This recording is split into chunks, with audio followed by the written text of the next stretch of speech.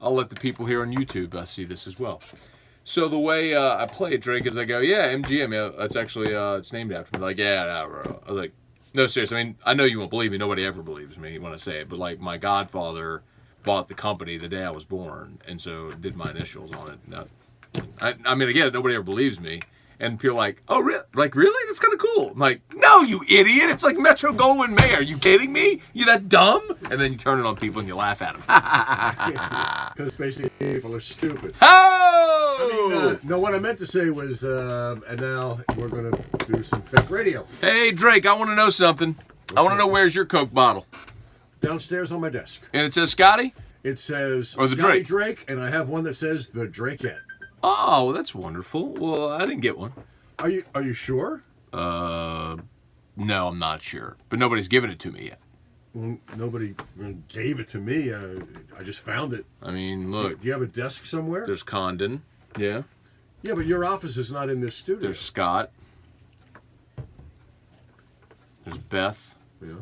I don't see one that says Scone. Where did you check your office upstairs? I've been in there all day. I've been there literally all day, Drake. All day. Well, I feel bad for you. I know. I feel really sad for myself right now. Oh, what the hell? Let's get over and do some radio. Yeah, and then we'll have a little pity party. What, hey, you want me to do, no, I'm going to do Jerry Stovall. Do Jerry Stovall. Is he all right? They retired his jersey today. Oh, cool. Yeah. Okay. I like him very much. He's been on my public affairs show a number of times. He's a very nice gentleman. I thought you were saying, oh, my God, he died. No, he didn't. I mean, when you have to understand, when you get to be of a certain age, as Coach Stovall is and I am, you start to, you know what I mean. You start to what, Drake? Well, you start to think about your own mortality, and sometimes you're actually afraid to ask, how's your wife? Oh, she died last week. Oh, Christ. Nope, I don't know. You will. Okay. Doing the pop-in.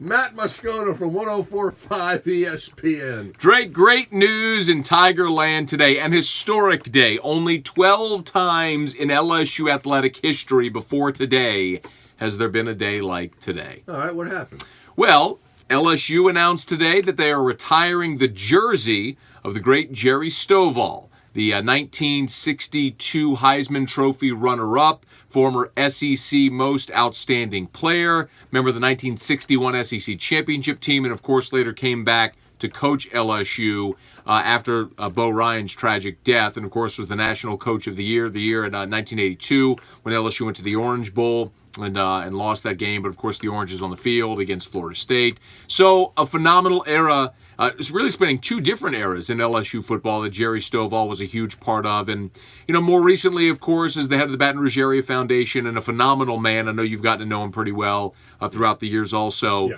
And it was a unanimous vote by the LSU Hall of Fame committee. So Jerry Stovall will, his 21, will join Billy Cannon's 20 and Tommy Casanova's 37 as the only jerseys retired in LSU football history.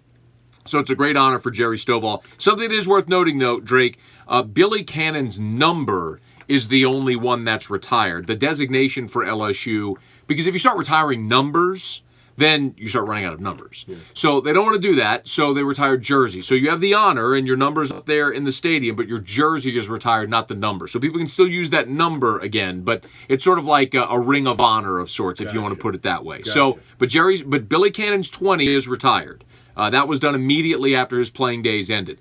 But Jerry Stovall, his 21, he'll be honored during a game in Tiger Stadium in 2018. It's a great honor for Jerry Stovall and one very deserving. And it always begs the question, Drake, when something like this comes up, is who's next? And my vote, Glenn Dorsey, Kevin Falk. Glenn Dorsey's the greatest defensive player in LSU history, most decorated defensive player in LSU history. And I think Kevin Falk, not only the greatest running back, but maybe the most important player for the era in which he came to LSU, which sort of rebirthed the new age of LSU football. Those would be my two next. 72 for Dorsey and 3 for Falk. Well, the question in your mind was who's next. The question in my mind for Coach Stovall was what took him so long?